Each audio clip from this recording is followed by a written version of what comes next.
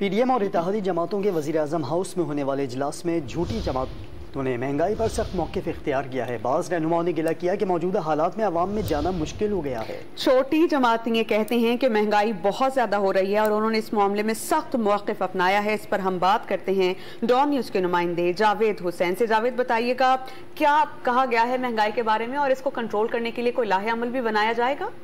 जी देखें, आज का जो पीडीएम का और इत्तेहादी जमातों का वज़ीर-ए-आज़म हाउस में इजलास था, उसकी अंदरूनी कहानी सामने आई है और जिसमें ज़राए ने बताया कि पीडीएम इजलास में जो छोटी जमातें हैं उनकी जानिब से मुल्क में बढ़ती हुई महंगाई पर तशवीश का इजहार करते हुए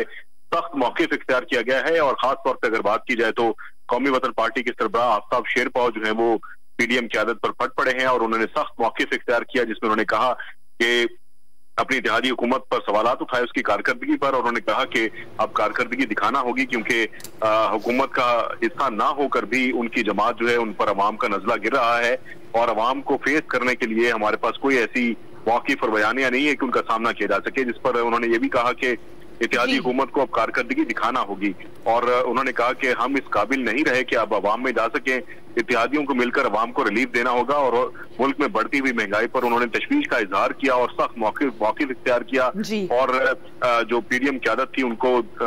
बहुत वाज़ेह अल्फाज में उन्होंने बताया कि महंगाई जो है वो अवाम के लिए एक मसला बनी हुई है और इस महंगाई अवाम के लिए मसला बनी हुई है और उनको मुश्किलात का सामना है। जावेद, बहुत शुक्रिया आपका।